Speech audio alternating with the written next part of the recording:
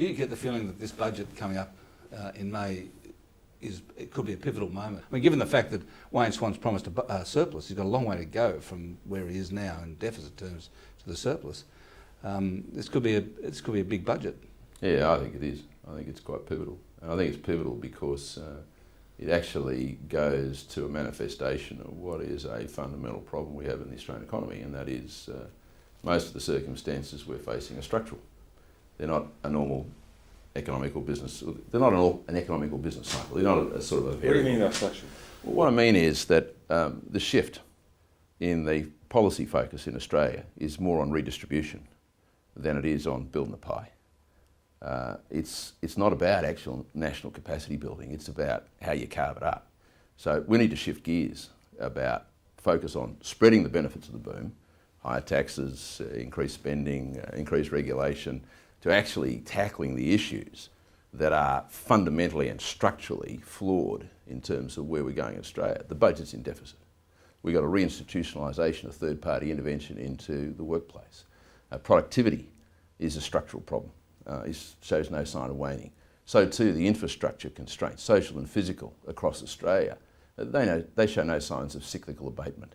The sort of emerging protectionist sentiment that we've got to look after industries that are facing structural adjustment because of the changes in the global economy, well, we've got to prop them up and we've got to assist them. And it's not even transitional assistance, it's actually just ongoing, on the cow's tit.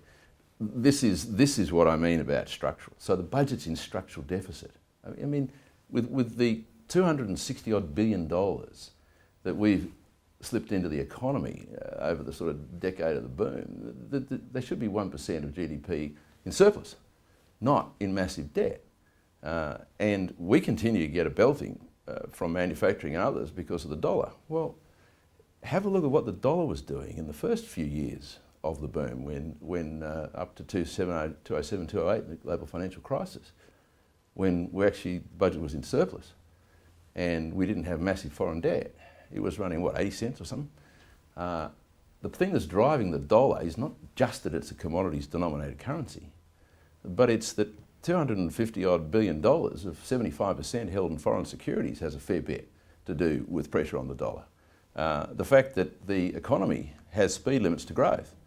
I mean, it's a point that Dr. Ed Shan and others, Reserve Bank and others have made. If you lift the speed limits to growth in the economy as a whole, then you reduce the pressures, the inflationary pressures on the factors, the basic factors of productivity. So do you think the budget should be got back into surplus in this budget? I'm more inclined to there being a structural framework, a systemic approach to addressing the structural problems rather than, a small sort of token gesture of it being in surplus this time round. And you've been talking to companies, that the markets and the companies are not going to be particularly seduced by a small surplus on budget night. They're going to be looking at what is the long-term, medium-term fiscal strategy of getting the budget back into fiscal repair.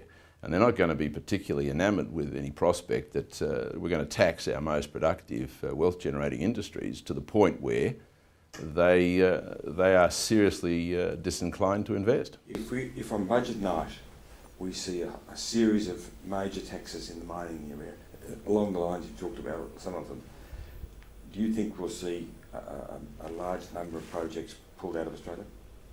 Yes, I do.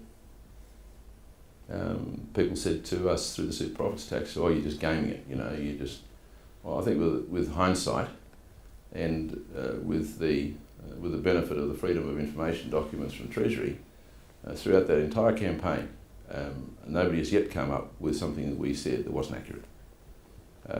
In terms of the figures, we were told we weren't paying our way. We were told that our effective tax rate was very low. I think they used an undergraduate study from a university in the United States rather than their own ATO data. The facts show quite clearly that our effective tax rate through that period was somewhere in the order of 42, was north of 40%.